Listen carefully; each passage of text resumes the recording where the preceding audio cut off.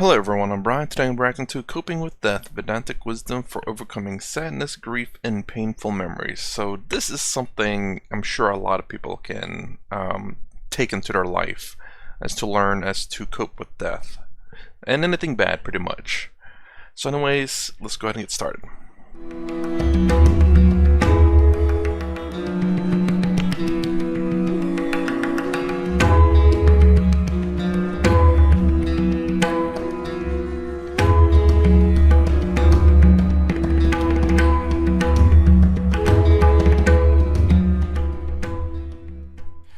Over the years, many people have sought my advice after losing a loved one due to illness, accident, or old age.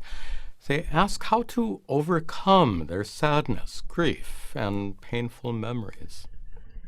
Of course, I'm not a trained psychologist and can't offer psychotherapy, but the spiritual wisdom I've shared with them seems to provide a lot of strength and comfort. I'd like to share some of those teachings with you today. That is, like, for me personally, the only thing I can really think of is the fact that death is just part of life.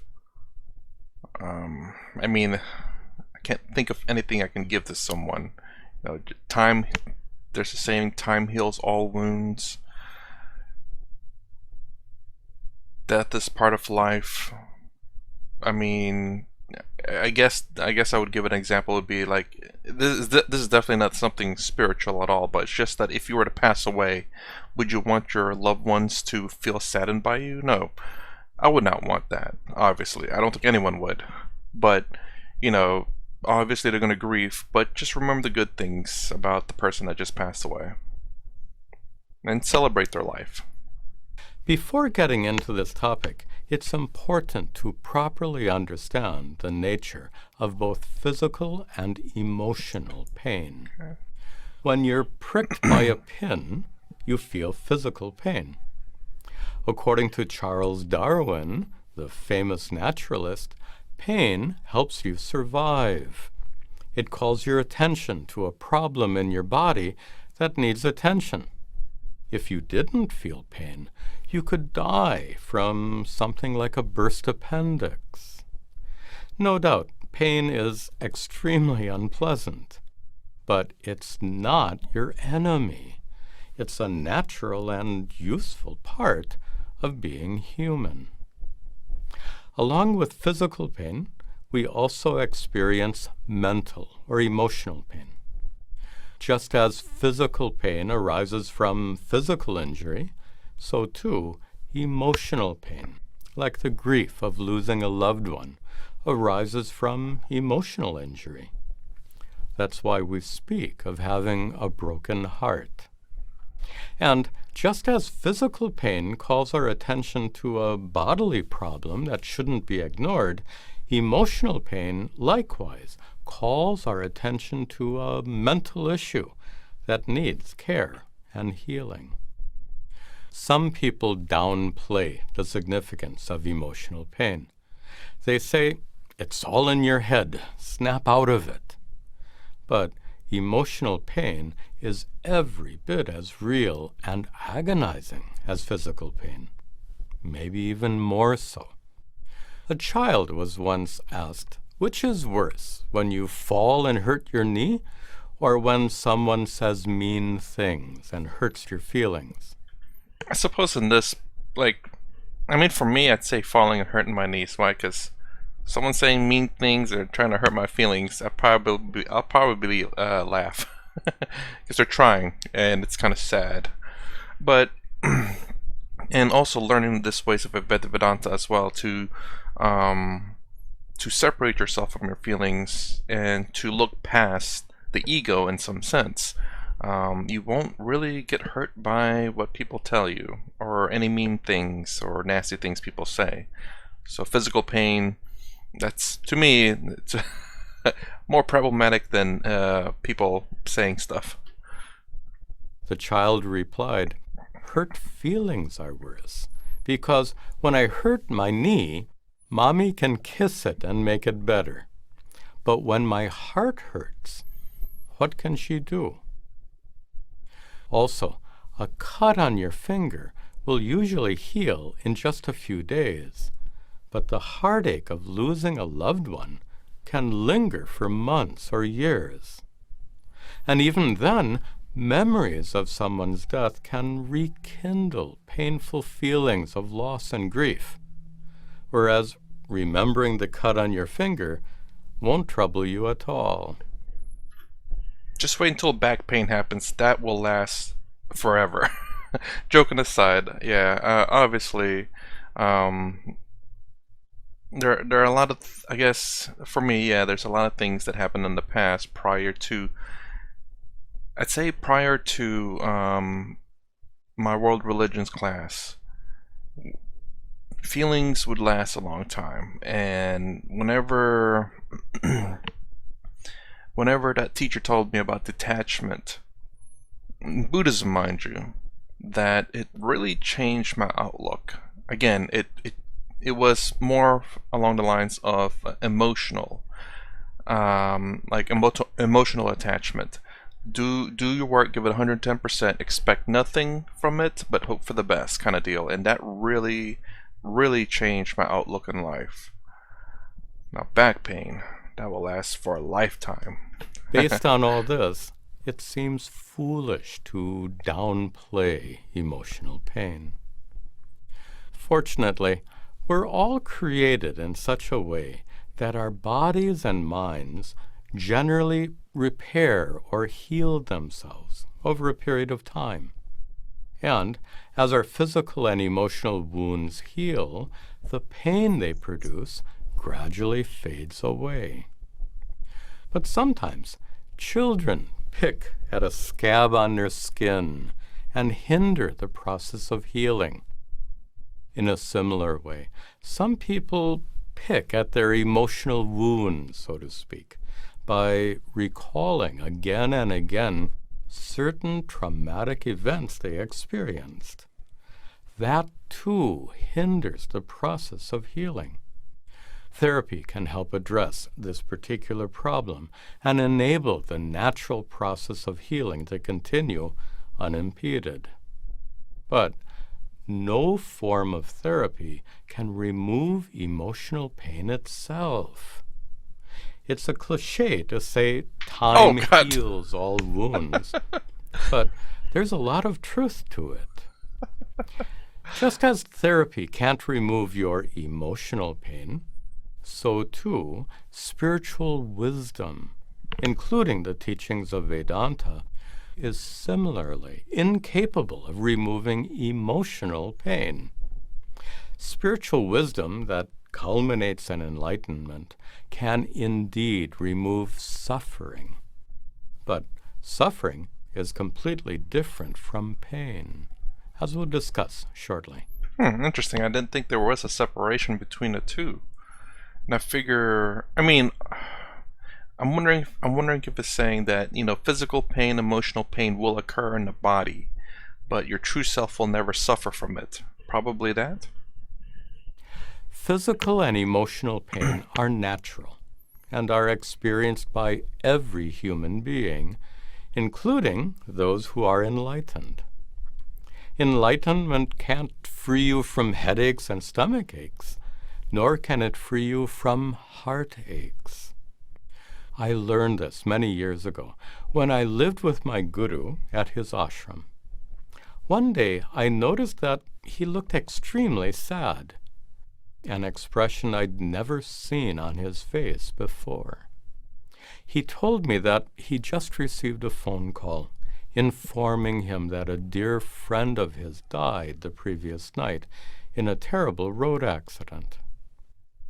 Over the years, I saw my guru deal with all kinds of challenging problems and some pretty horrible situations without ever losing his serene disposition.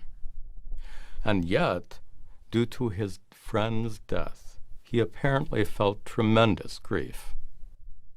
We'll come back to the story in a moment. Someone who can't feel sadness, loss, or grief is emotionally numb, psychologically anesthetized in some way. I would call myself kind of that, but I wouldn't say numb. I'd say I understand, so that it doesn't get out of control. I feel it, but it takes, I suppose it takes a little bit more to affect me in such a way. So that's the advice I would give. Non-professional advice, obviously. My personal thing that I do is to understand why I'm feeling that way, and I think when things are understandable, I think they are easier, obviously easier to understand, easier to grasp, and easier to deal with. So if you don't quite understand it, they become more difficult to they become more difficult to deal with because you don't know how to deal with it, because you don't understand it. Is everything understandable? I don't know. Perhaps. I think for the most part it's a yes, but how do you understand it may be a bit more difficult. So why, like, I guess if you say, why does someone not like me? You probably would understand, like, I'm perfect in every way. Well, clearly you're not. But if you can understand the fact that, okay, maybe, I'm not perfect for that person, then you can get over that emotional, I won't say trauma, but that emotional hurt, and you can move on with your life, move on to someone else, or work on yourself, make yourself a better person. But yeah, I generally think if you can understand a lot of things in life, and this will obviously work in a transactional or objective reality, because it's in the same plane as it. If you can understand it, you would suffer less in terms of the whatever it may be. Do you remember the old Star Trek shows that portrayed the character Spock as having no emotions whatsoever? But it actually does, but yes. Fortunately, enlightenment doesn't make you emotionless like that. Now then, what's the difference between pain and suffering? Simply put, pain can be either a physical sensation or an emotional feeling. Suffering, on the other hand, is your negative response or adverse reaction to that pain. Let me explain. When you have a throbbing headache that won't go away, you might get irritated, frustrated, or even infuriated by the non-stop pounding in your head. Getting upset because your headache won't go away is a kind of suffering. And that suffering adds to the misery caused by the headache itself. In this example, pain is the unpleasant physical sensation in your head, and suffering is feeling unhappy, resentful, or sorry for yourself because of that pain. We can make the same distinction between emotional pain and suffering. When a loved one dies, emotional pain is the terrible anguish, heartache, and deep sense of loss you feel. Suffering, on the other hand, is the result of thoughts like, why did God let him die? How can I go on living without him? I can't bear this horrible sadness. The bereaved often suffer like this, a lot. They might experience depressing thoughts, fear, anxiety, resentment, and regret. All this is suffering, and it adds tremendously to the terrible emotional pain they already feel.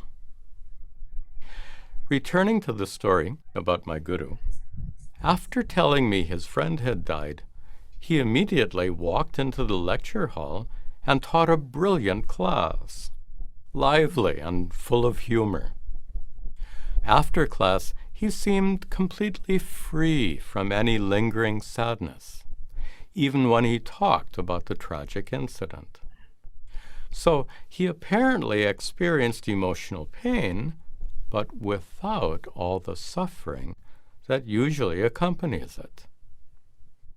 it's indeed possible to experience both physical and emotional pain without suffering, without feeling unhappy or resenting the presence of pain. How? By discovering that physical and emotional pain don't truly threaten your well-being. The teachings of Vedanta can show you how physical sensations and emotional feelings arise in your mind as mental objects, and those mental objects become known to you. You are the observer of all such mental objects, including physical and emotional pain. You are the conscious being who's aware of their presence in your mind. They're revealed or illumined by your awareness, by the light of consciousness, so to speak.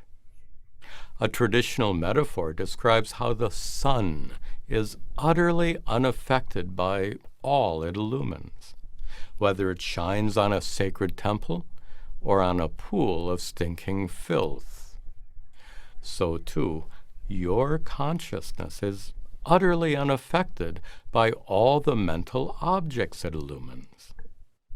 That means when physical or emotional pain arise in your mind, becoming known to you as mental objects, your consciousness remains totally untouched, not troubled or disturbed in any way whatsoever.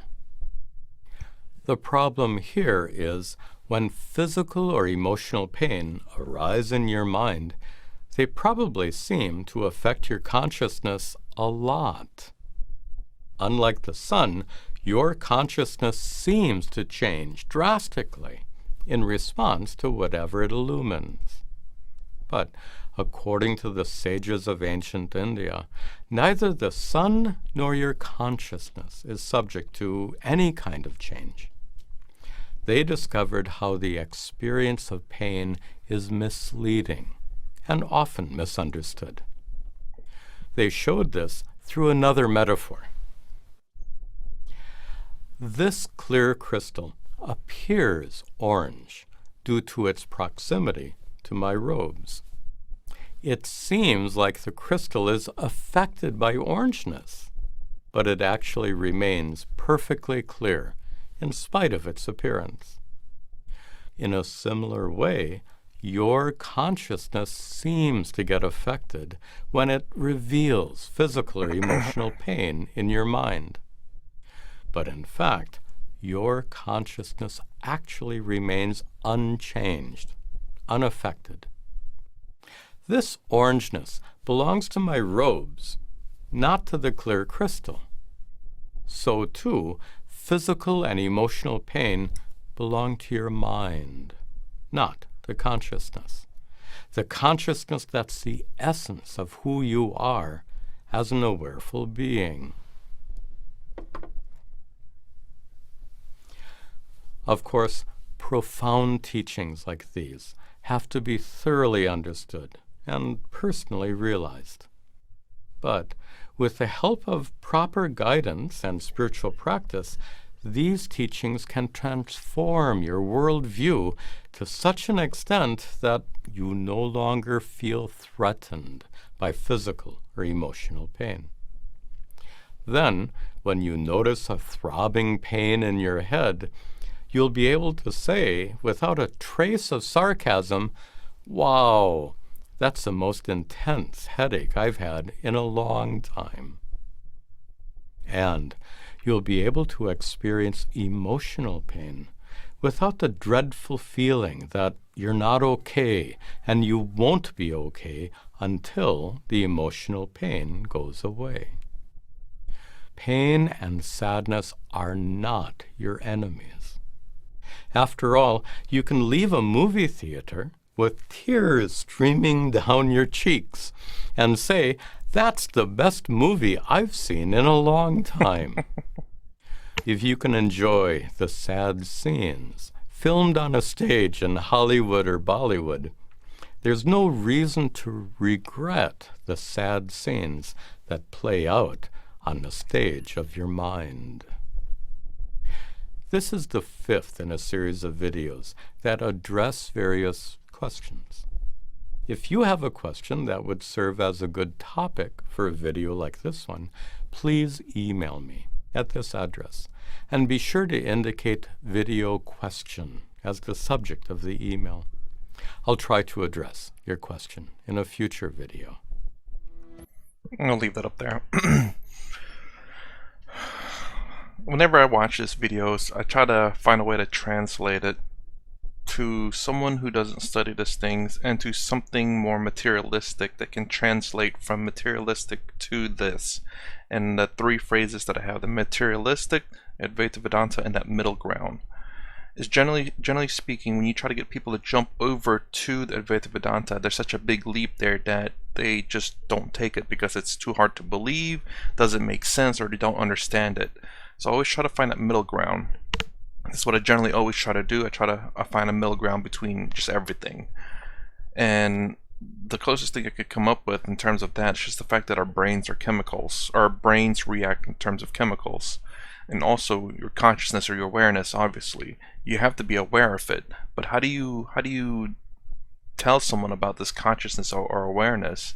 You know, the best way I was thinking to explain that would be just the fact that, again, our brains are chemicals.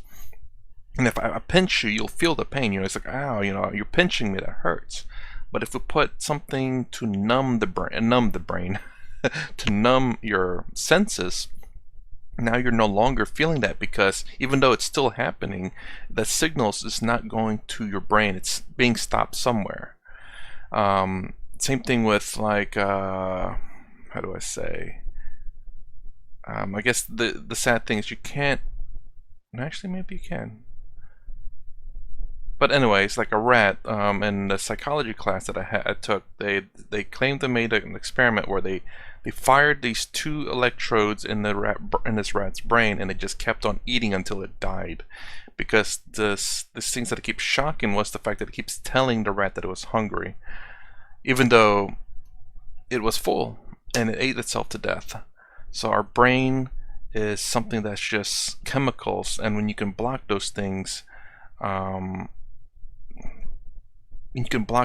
you can tell that your awareness is not aware of it. So it's unaffected by it because it's just not being aware of the pain or the sadness, the physical pain, emotional pain.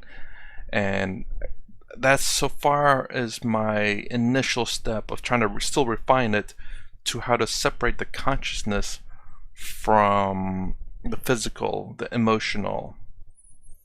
But it still all ties into the fact that the consciousness is in the brain. That's that middle ground, like I said.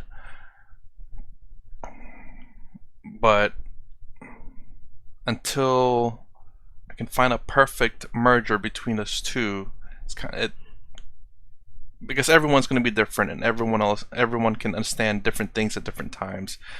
Chemical brain to your consciousness. I don't know where I was going a lot of places with this, but again, I was just trying to find that middle ground to overcome sadness and griefs, of course. You know, this is kind of weird, actually. What is it? Psychopaths, I believe, they don't feel emotion or empathy for other people, and it's a certain part of their brain that doesn't work. I guess that's a good example right there too. The fact that I think it's psychopaths, I believe, they don't feel empathy for other people. So, and I think it's something in their brain that doesn't produce the chemical. So that's a good way to prove that, again, our brain is chemical, and that the fact that, you know, if you can block the chemical, then your consciousness is not aware of it. Again, it's a middle type of grounds. I still have to refine it, but I hope that I can find a way to kind of merge those 3 things to have that perfect middle ground as a hopping stone to get to Advaita Vedanta. Weird tangent there. It's something that I do, something I've been trying to do with this video is that middle ground. Again, like Ram Dass has said, you know, the Westerners, you know, think yoga is just a stretching and meditation, and that's it. Nothing spiritual about it, and that's fine. But if they happen to ask more questions about potential origins of it, you bring them a little bit further. That's that middle ground that I'm trying to refine myself. Anyways, that's my reaction to coping with death. If you like my videos, please consider. If you like my content, please consider subscribing. Thumbs up, thumbs down below. Thanks for watching. I'll see you in the next vid.